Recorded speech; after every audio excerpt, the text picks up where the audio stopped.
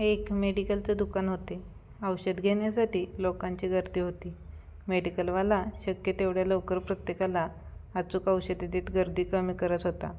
त्याचा सहाय्यकही आपले काम चोखपणे पार पाडत होता.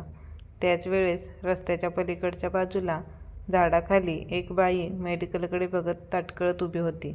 बहुधा ती मेडिकलमधील गर्दी कमी होण्याची वाट बघत असावी. मेडिकलवाल्याचे तिच्याकडे लक्ष गेले.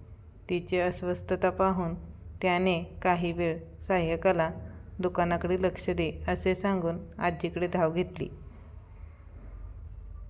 आजीने त्याला पाहिले. तिला खुशाली वाटली. आजीच्या राहणीमानावरून ती मध्यमवर्गीय कुटुंबातील वाटत होती. मेडिकलवाल्याने तिला कोणते औषध हवे असे विचारले. आजीच्या डोळ्यातून पाणी येऊ लागली. मेडिकलवाला म्हणाला, काय झालं आजी? औषध घ्यायला पैसे नाही का? आजी म्हणाली, पैसे आहेत, पण मला हवे असलेले औषध तुझ्याकडे आहे का? मेडिकलवाला गोंधळला. त्याने आजीकडे औषधाचा कागद मागितला. तो आजीकडे नव्हता. आजी म्हणाली, लेका, माझा मुलगा तुझ्याच वयाचा असेल. तो बायको मुलांना घेऊन दूर राहतो.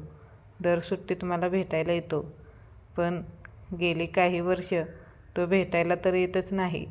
वरून न येण्याची कारणे चिठ्ठीत लिहून पाठवतो. म्हणून मला एकच औषध हवं आहे. मला मूल आहे हे विसरण्याचं आहे का तुझ्याकडे तसे औषध? मेडिकलवाला निशब्द झाला. कारण या औषधाची गरज आज अनेक पालकांना निर्माण झाली आहे.